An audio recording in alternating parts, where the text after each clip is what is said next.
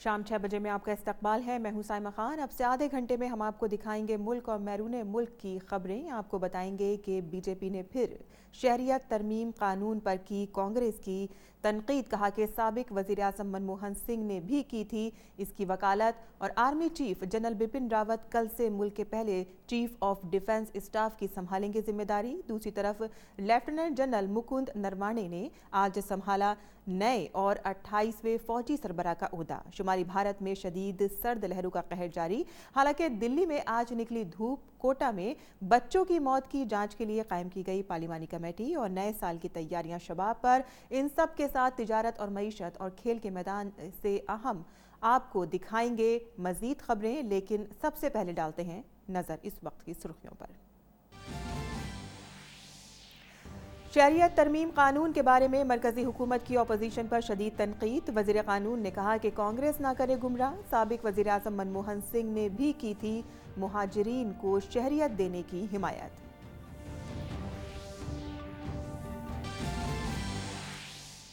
वजीर खजाना निर्मला सीतारमन ने लॉन्च किया नेशनल इंफ्रास्ट्रक्चर पाइपलाइन। बुनियादी ढांचे से मुतालिक मंसूबों के निफाज और निगरानी के लिए मुल्क का पहला निज़ाम।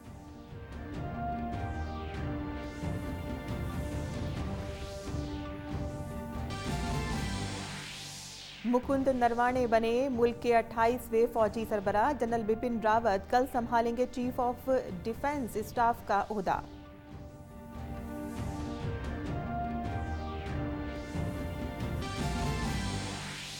जम्मू कश्मीर में ड्रग माफियों और दहशतगर्दों की टूटी कमर। पुलिस सरबराह ने कहा कि रियासत में अमन कानून की सूरत हाल पहले से बेहतर।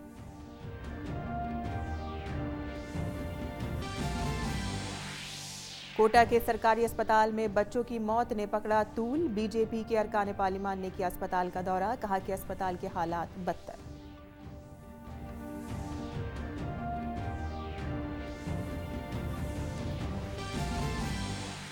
शुमाली भारत में कड़ाके की सर्दी। आज दिल्ली में धूप की वजह से मिली कुछ राहत। जम्मू कश्मीर, राजस्थान, पंजाब और हरियाणा में भी सख्त सर्दी।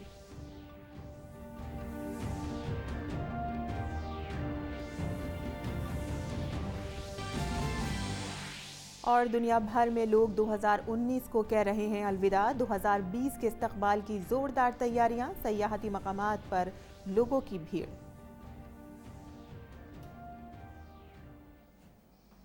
अब तमाम खबरों पर तफसील से नजर डाल लेते हैं, जहां मरकजी वजीर रविशंकर प्रसाद ने शहरियत तरमीमी कानून के खिलाफ केरल असेंबली में मंजूर करारदाद की मजम्मत की है। उन्होंने कहा है कि यह कानून किसी भी भारतीय शहरी के लिए नहीं है, बल्कि इसमें अफगानिस्तान, पाकिस्तान और बांग्लादेश से आए मुहाजिरीन को शामिल किया गया है।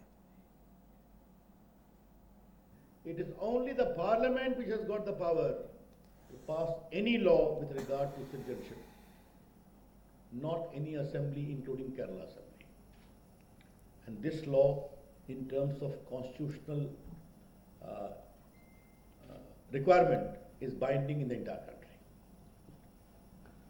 Now, the CAA, Small Form for Citizenship Amendment Act, is not related to any Indian, Muslim included, much less to any citizen. मरकजी वजीर रविशंकर प्रसाद ने कहा कि शहरियत तरमीमी कानून का अगर कांग्रेस मुतालबा करे तो सही, वहीं काम अगर वजीर आजम मोदी करें तो गलत। उन्होंने कहा कि कांग्रेस की हुकूमत में वजीर आजम मनमोहन सिंह के अलावा अशोक गहलोत और तरुण गोगोई ने भी इसका मुतालबा किया था। Doctor Manmohan Singh, the former Prime Minister, in 2003 has publicly demanded in the Rajya Sabha from the then Deputy Prime Minister Mr. L.K. Advani, please give them citizenship. And Mr. Ashok Gehlot, the CM of Rajasthan, and Tarun Gogoi, the CM of Assam, have also publicly demanded. The first question I am raising it, when the Congress does, it is okay. When Indira Gandhi and Rajiv Gandhi do, it is okay. When Manmohan Singh demands, it is okay. Ashok Gehlot and Tarun Gogoi demand, it is okay. But when Narendra Modi do it, or does it, or when Amit Shah ji does it, then it is a problem. वहीं वजीर खजाना निर्मला सीतारमन ने आज दिल्ली में national infrastructure pipeline system launch किया। इसका मकसद बुनियादी ढांचे के मंसूबों का निफाज और इसमें हुई पेशरफ्त की निगरानी है। वजीर खजाना ने हुकूमत की माशी कारकर्दगी का रिपोर्ट कार्ड पेश किया। उन्होंने बताया कि बुनियादी ढांचे पर टास्क फोर्स की 70 मीटिंगें हुई हैं।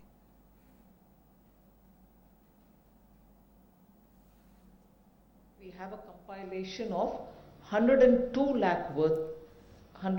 lakh crores worth projects. In addition, a few more states are coming up with another 3 lakh crore worth of projects. So in all, I think we'll have about 105 lakh crore in total. And these projects spread across 22 ministries and 18 states and union territories. Army chief general Bipin Rawat कल से मुल्क के पहले chief of defence staff की जिम्मेदारी संभालेंगे। General Rawat को आज गार्ड ऑफ ऑनर से एजाज बख्शा गया। वाज़ेह रहे कि CDS का काम फौज, बहरिया और फिजाइया के कामकाज में बेहतर तालमेल कायम करना और मुल्क की फौजी क़ुव्वत को मज़ीद मजबूत करना होगा। CDS बर्री, बहरी और फिजाई तीनों अफवाज की तरफ से वज़ीर दिफा के मुशीर होंगे। और जनरल रावत ने आज कौमी जंगी यादगार पर पहुंचकर मुल्क के शहीदों को खिराज अक़ीदत पेश किया। जनरल रावत के सामने मुल्क की तीनों अफवाज में मुश्तरका फ़िक्र को फ़रोग़ देने और उन्हें मरबूत तरीके से कार्रवाइयों को अंजाम देने की अहल बनाने की बड़ी जिम्मेदारी होगी। CDS की भारतीय अफवाज में देसी साजो सामान के इस्तेमाल में इजाफा करने की भी जिम्मेदारी होगी। काबिल ज़िक्र है कि वज़ीर आज़म नरेंद्र मोदी ने लाल किले से मुल्क में चीफ ऑफ डिफेंस स्टाफ की तकर्रुरी का ऐलान किया था। और लेफ्टिनेंट जनरल मुकुंद नरवाणे ने आज नए फौजी सरबराह का ओहदा संभाल लिया है। जनरल नरवाणे ने जनरल बिपिन रावत की जगह ली है, जो 3 साल तक फौज के सरबराह रहने के बाद मुल्क के पहले चीफ ऑफ डिफेंस स्टाफ मुकर्रर किए गए हैं। लेफ्टिनेंट नरवाणे अब तक फौज के नायब सरबराह थे।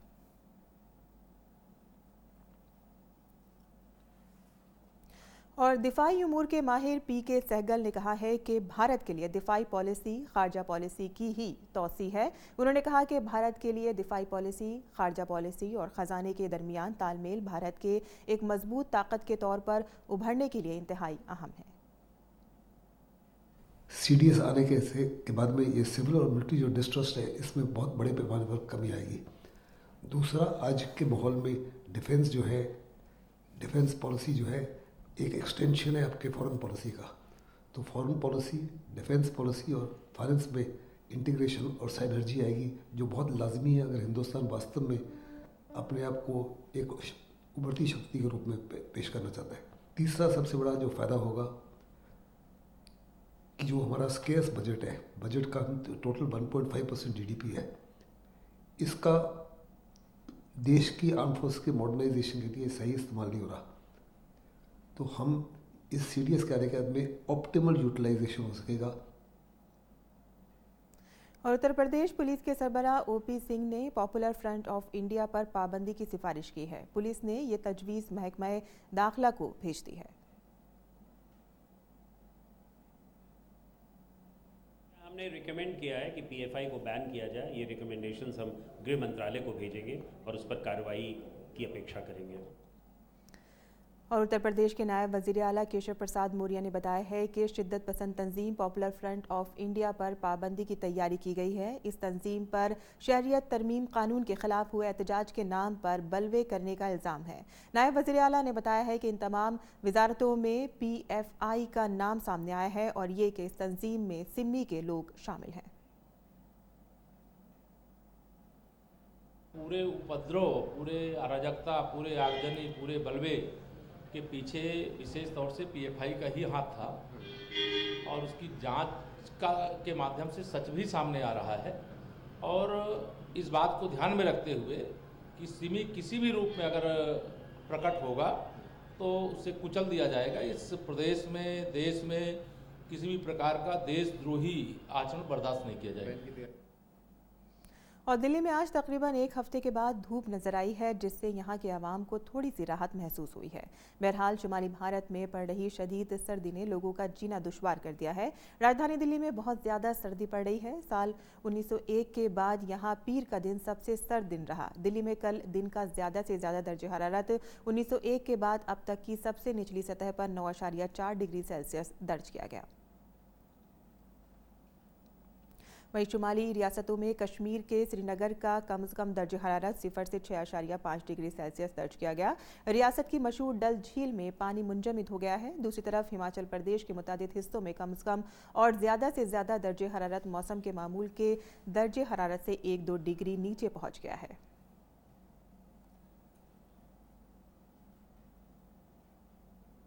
महकमे मौसमियात की पेशगोई के मुताबिक राजस्थान के कुछ इलाकों में सर्द लहरों का कहर जारी रहेगा, जबकि पंजाब, हरियाणा, दिल्ली, उत्तर प्रदेश और बिहार के ज़्यादातर इलाकों में आज और बुध को दिन के दर्जे हरारत में गिरावट के सबब सर्दी रहेगी। उत्तराखंड में भी पहाड़ों पर दर्जे हरारत 0 से कम है।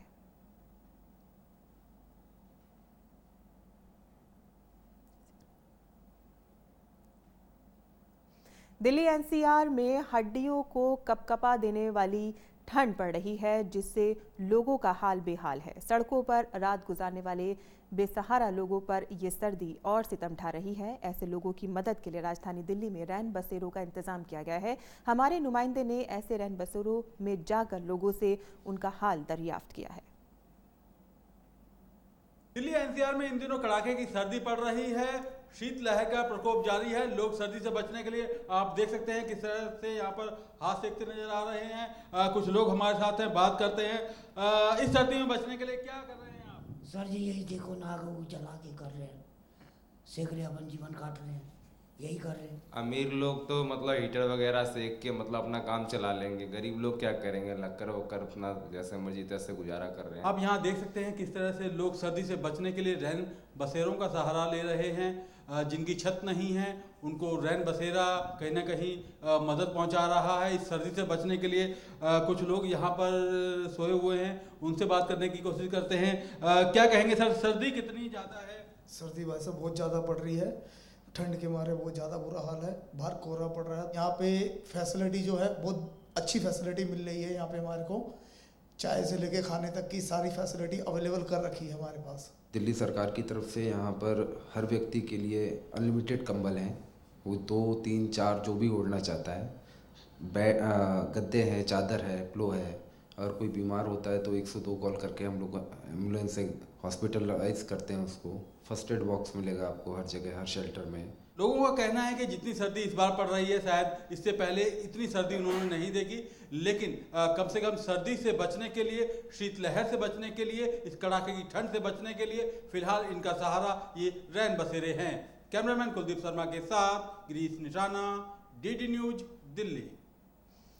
वहीं शुमाली भारत में कोहरे की वजह से कई रेलगाड़ियां देर से चल रही हैं। कई रेलगाड़ियां रद्द भी कर दी गई हैं। ख्याल रही कि तकरीबन 2000 ट्रेन दिल्ली से होकर जाती हैं। ऐसे में आज ट्रेनों की आमदोरफ्त कैसी है, इसका जायजा लिया हमारे नामानिगार अभिषेक सिंह ने। मैं इस वक्त खड़ा हूँ नई दिल्ली रेलवे स्टेशन पर। मैं आपको यहाँ पर दिखाना चाहूँगा कि यहाँ पर जो मुसाफिर हैं वो किस तरीके से यहाँ पर अपने ट्रेन का इंतज़ार कर रहे हैं। कोहरे की वजह से जो बैकलॉग है ट्रेन का, उसके कारण पिछले 48 घंटों में तकरीबन 501 ट्रेन को कैंसिल या पार्शियल कैंसिल करना पड़ा। इसके अलावा भी आज सुबह से तकरीबन 34 ट्रेन डिले चल रही हैं, वो देरी से चल रही है क्योंकि बैकलॉग काफ़ी है। इसके अलावा रेलवे ने प्रिकॉशनरी मेजर लेते हुए दुर्घटनाओं से बचने के लिए, क्योंकि कोहरे में सबसे ज़्यादा दुर्घटना होती है, ऐसे में रेलवे ने 2300 एंटी फॉग डिवाइस जो है वो ट्रेन ड्राइवर और ट्रेन गार्ड को दिए हैं, ताकि जब विजिबिलिटी कम हो तो वो जो सिग्नल सिस्टम है उससे कांटेक्ट कर सके। क्योंकि विजिबिलिटी कम होने के कारण कई बार एक ही ट्रैक पे कई ट्रेनें चलती हैं और उसमें अगला ट्रेन नहीं दिखता, तो सिग्नल सिस्टम के आधार पे ट्रेन का पूरा परिचालन होता है। ऐसे में इस एंटी फॉग डिवाइस के जरिए उन्हें ये पता चल जाता है कि कहाँ पर ये सिग्नल है और उस पर रेड लाइट है या फिर ग्रीन लाइट, उन्हें जाना है या रुकना है। सेफ्टी जो है वो सबसे प्रायोरिटी रखा है रेलवे ने, भले यात्री थोड़ी देर से पहुंचे लेकिन सुरक्षित पहुंचे। कैमरामैन कुलदीप के साथ अभिषेक सिंह, DD न्यूज, दिल्ली। वहीं कोटा के एक अस्पताल में गुज़िश्ता दिनों हुई बच्चों की अमवात के मसले पर बीजेपी ने राजस्थान हुकूमत को हदफ तनकीद बनाया है। बीजेपी के कारगुजार सदर जेपी नड्डा ने इस मामले की जांच के लिए अपने 4 अरकान पार्लियामेंट की एक कमेटी तश्कील दी है। पैनल से 3 दिन के अंदर अपनी रिपोर्ट सौंपने को कहा गया है। इसी दरमियान बच्चों के हुकूक व तहफ़्फ़ुज़ की कौमी कमीशन ने कोटा में वाक़े एक सरकारी अस्पताल में कुछ दिनों के अंदर कई बच्चों की मौत होने के मामले में रियासत के महकमा तिब्बी तालीम को वजह बताओ नोटिस जारी किया है। साथ ही जिले के CMO को भी तलब किया गया है।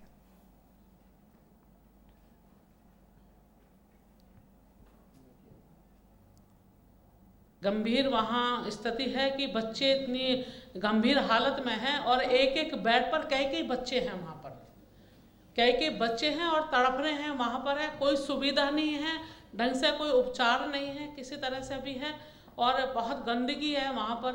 तो जो यहाँ की राजस्थान की जो सरकार है उन्होंने इस बात को कभी संज्ञान में लिया नहीं, वहाँ देखा नहीं है।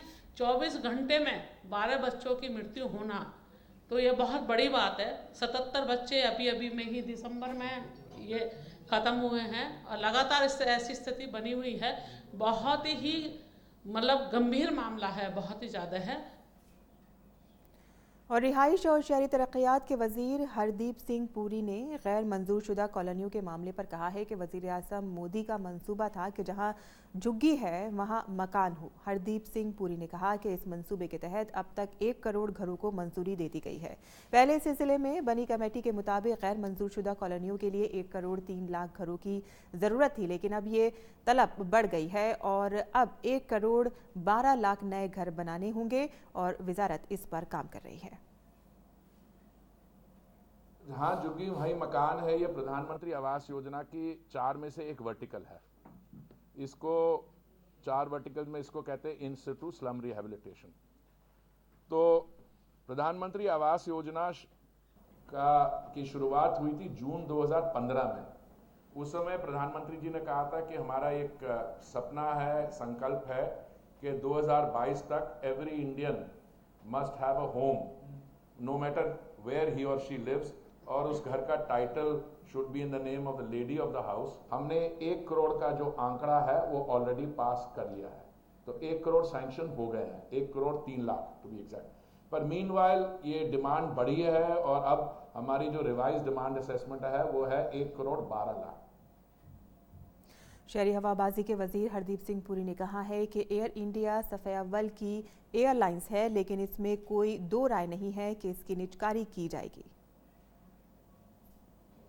Privatization means what? Privatization means that we want to have a business entity which is doing well, but I mean on its own it could make a profit also, but if you have to pay interest on a 80,000 crore outstanding debt, so obviously no matter how much profit you make, it's not going to go towards a thing.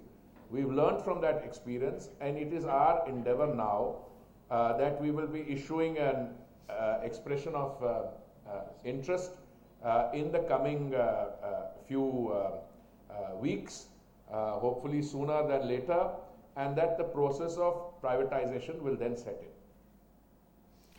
वहीं Jammu Kashmir police के सरबराह दिलबाग सिंह ने कहा है कि police को नशीली अद्वियात की smuggling पर काबू पाने में मदद मिली है। उन्होंने कहा कि रियासत में सरगर्म दहशतगर्दों की तादाद में भी कमी आई है। उन्होंने मजीद कहा कि वादी में नए लड़कों के दहशतगर्द तंजीमों में शामिल होने के वाक़यात भी बड़ी हद तक कम हुए हैं, जो बड़ी कामयाबी है। इसके साथ जो नए लड़के टेररिस्ट के साथ शामिल होते थे, अलग अलग ऑर्गेनाइजेशन को ज्वाइन करते थे, मुझे ये कहते हुए बेहद खुशी हो रही है कि उनकी तादाद पहले से बहुत कम हुई है। जबकि ये आंकड़ा 218 था 2018 के साल में, अब ये आंकड़ा कम होकर के सिर्फ और सिर्फ 139 रहा। इसके साथ जम्मू कश्मीर पुलिस ने बहुत नुमाया काम इस साल ड्रग्स के खिलाफ किया। मैं आपको बता दूं कि ड्रग्स के बहुत बड़ी तादाद में जो ड्रग्स पैडलर्स हैं उनकी PSA के अंदर जो है वो इनकी बुकिंग हुई, PSA के अंदर डिटेन हुए। और कुछ और अहम तिजारती, बैनुल-अक़वामी और खेल की खबरों के लिए चलते हैं अपने साथी फ़हीम के पास। फ़हीम, कौन कौन सी खबरें आपके पास? जी साइमा, बहुत बहुत शुक्रिया। और नाज़रीन, सबसे पहले बात करते हैं तिजारत और मईशत की।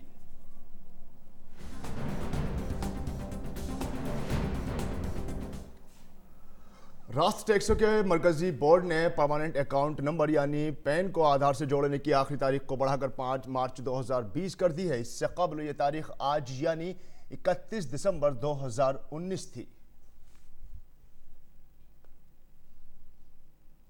और आरबीआई ने शहरी कोऑपरेटिव बैंकों के लिए कर्ज देने की हद मुकर्रर कर दी है। पीएससी बैंक में हुई धोखाधड़ी के बाद अब यह फैसला किया गया है। आरबीआई ने तय किया है कि अब शहरों में काम करने वाले कोऑपरेटिव बैंकों को किसी भी ग्राहक को 25 लाख रुपए से ज्यादा का कर्ज नहीं दे सकते। सितंबर में Punjab and Maharashtra cooperative bank में आरबीआई ने माली बेज़ाब्तगियों की वजह से बैंक में जमा रकम निकालने पर पाबंदी लगा दी थी, ताकि बैंक में बेज़ाब्तगी का असर दूसरे बैंकों पर ना दिखाई दे।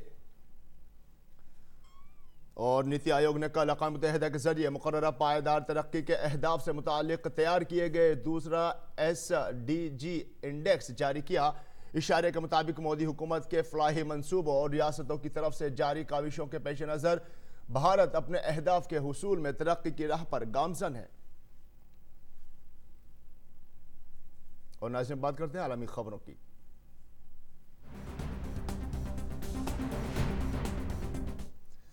इराक के वज़ीर आज़म आदिल अब्दुल महदी ने ईरान की हिमायत याफ्ता इराकी मुआविन फ़ौज के अड्डे पर हुए अमरीकी फ़िज़ाई हमलों की सख्त मजम्मत की है।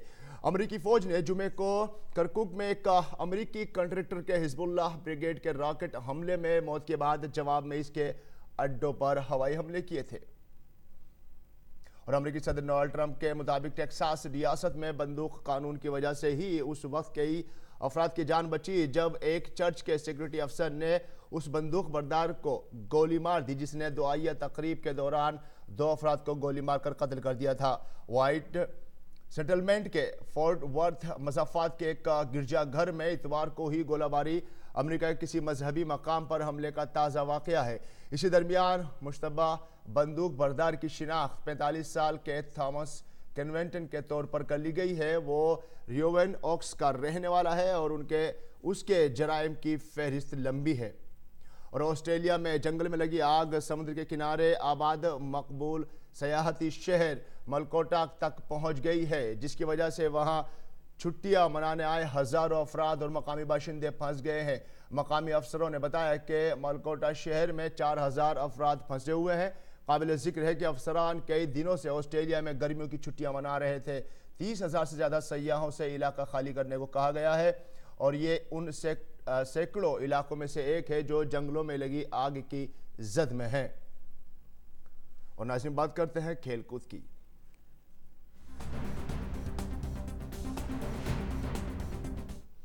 इंडियन ओलंपिक एसोसिएशन ने पीर के रोज कहा कि वो साल 2026 या 2030 में होने वाले दौलत मुश्तरका खेलों की मेज़बानी के लिए दावेदारी पेश करेगा। ओलंपिक खेलों से मुतालिक मुल्क का चोटी का इदारा IOA अब दौलत मुश्तरका खेलों की मेज़बानी की ज़रूरी मंजूरी के लेने के लिए हुकूमत से रब्ता करेगा। काबिल ज़िक्र है कि भारत ने इससे कबल 2010 में दौलत मुश्तरका खेलों की मेज़बानी की थी। और भारतीय कप्तान विराट कोहली बल्लेबाजी से मुतालिक ICC टेस्ट रैंकिंग में सर फहरिस्त रहते हुए साल का इख्तिताम करेंगे, लेकिन टेस्ट क्रिकेट के लिए माहिर चेतेश्वर पुजारा 5वें मकाम पर खिसक गए हैं। 31 साल के विराट 928 पॉइंट्स के साथ सर फहरिस्त हैं, जबकि उनके हरीफ ऑस्ट्रेलियाई खिलाड़ी स्टीव स्मिथ 911 पॉइंट्स के साथ दूसरे और न्यूजीलैंड के कप्तान केन विल्सन 822 पॉइंट्स के साथ तीसरे मकाम पर हैं। और नाज़रीन, कुछ अहम और दिलचस्प खबरों के लिए वापस चलते हैं अपने साथी साइमा के पास। जी साइमा। बहुत बहुत शुक्रिया फ़हीम, हमें बैनुल-अक़वामी, तिजारती और खेलकूद की खबरों से वाकिफ़ कराने के लिए। खबरें अभी और भी हैं, आइए नज़र डाल लेते हैं।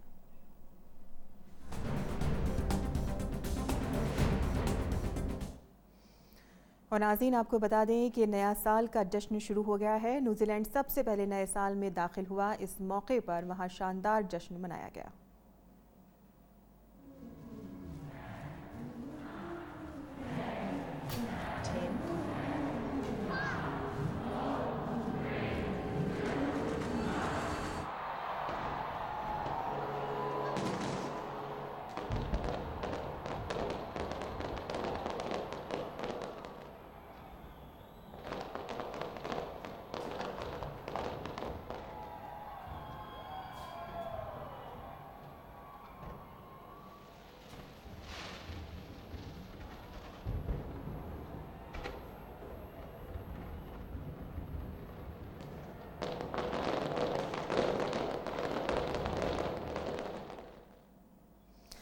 वहीं मुल्क में गोवा के साहिलों पर नए साल का जश्न मनाया जा रहा है। लोग नए साल के इस्तकबाल में मसरूर हैं।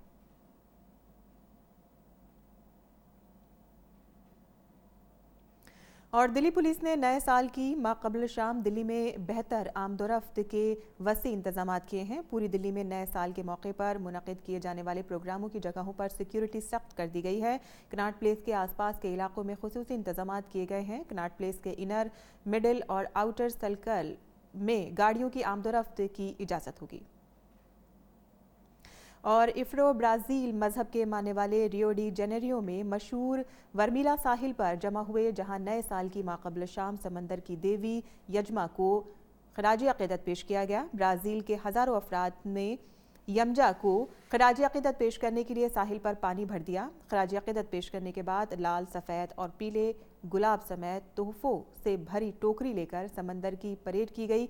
तकरीब से कब्ल वहां पर सिक्योरिटी के पुख्ता इंतजाम किए गए थे।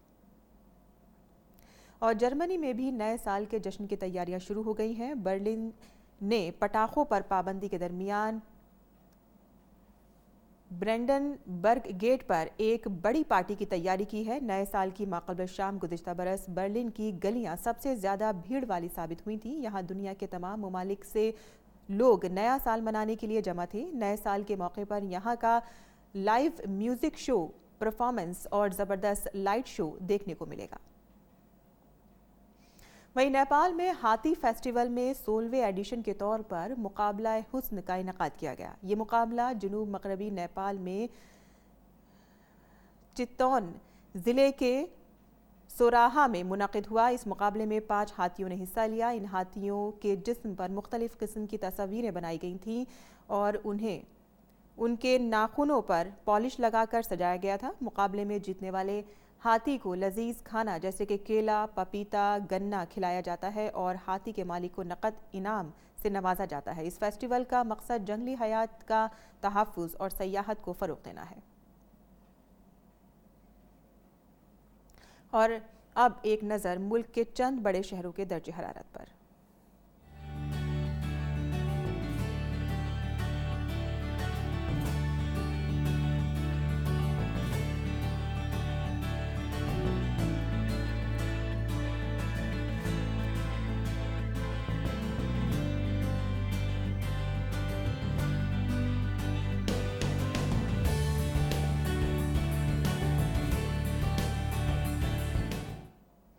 और शाम 6 बजे में आज इतना ही। और जाने से पहले आपको छोड़ जाते हैं न्यूयॉर्क में 2020 की आमद से कबल आलमी शहरियत याफ्ता टाइम्स स्क्वायर पर लगाई गई रंग बिरंगी क्रिस्टल बॉल के साथ, जो थोड़ी थोड़ी देर में बदलते रंगों से सभी को महसूर कर रही है। आप इन दिलचस्प मनाजिर से हों रूबरू और हमें दें इजाज़त।